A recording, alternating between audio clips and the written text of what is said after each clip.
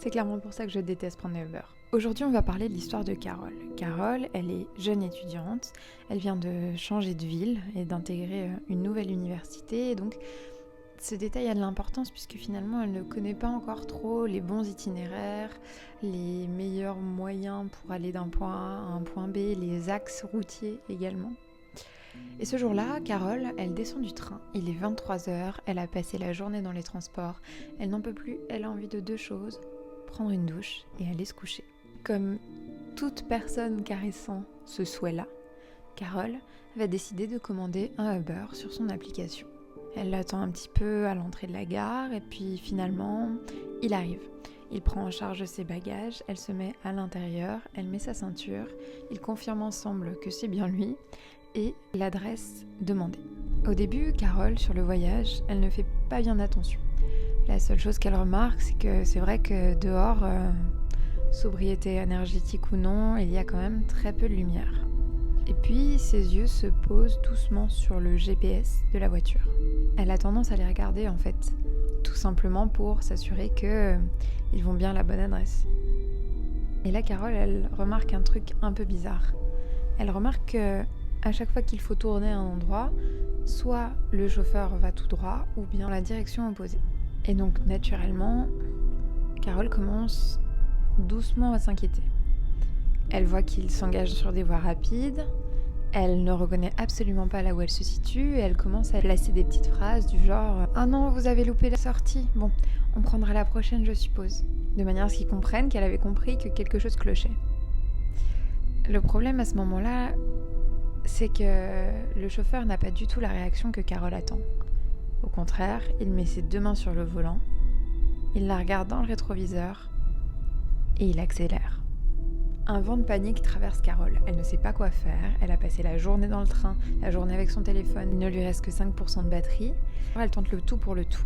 Elle écrit à ses amis, elle essaye de partager sa localisation, même si pour elle la localisation ne fait pas bien grand sens puisque finalement le chauffeur a un trajet qui ne ressemble à rien finalement.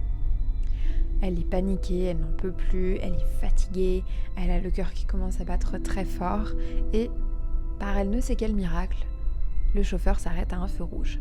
Ni une ni deux, elle détache sa ceinture, elle ouvre la portière et elle sort sur la route.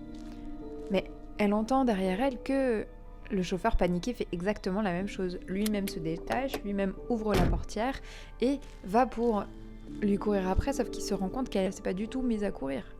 Au contraire, elle est là, plantée à ce feu rouge, devant la voiture, à pas savoir quoi faire, et lui la regarde complètement ahurie de son comportement.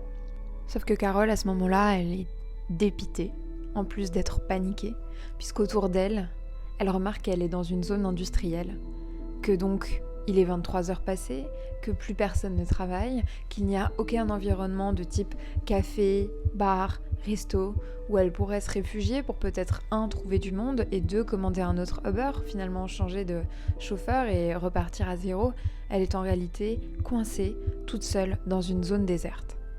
Et tout à coup, elle entend une voiture qui s'arrête derrière elle.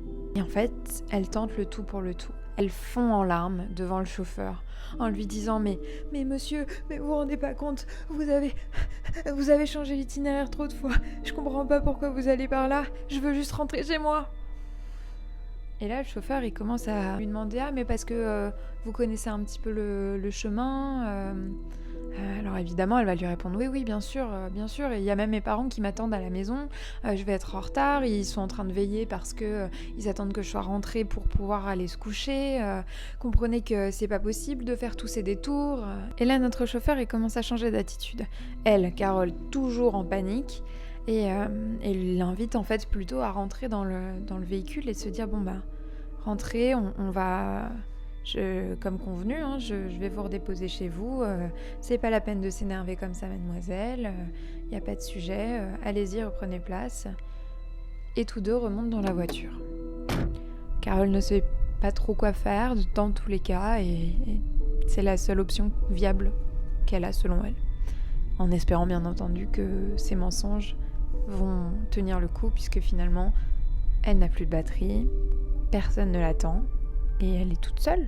Et là où on pourrait s'attendre à un retour assez tranquille, assez silencieux, avec un silence quasiment pesant, ce n'est pas du tout ce qui va se passer.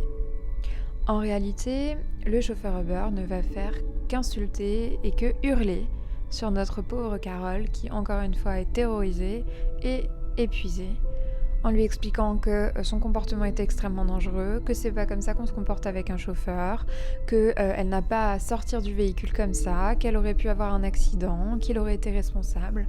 Enfin, vous voyez quoi. Finalement, ils arrivent devant chez Carole. Il décharge sa valise, elle lui prend des mains et elle court se réfugier chez elle.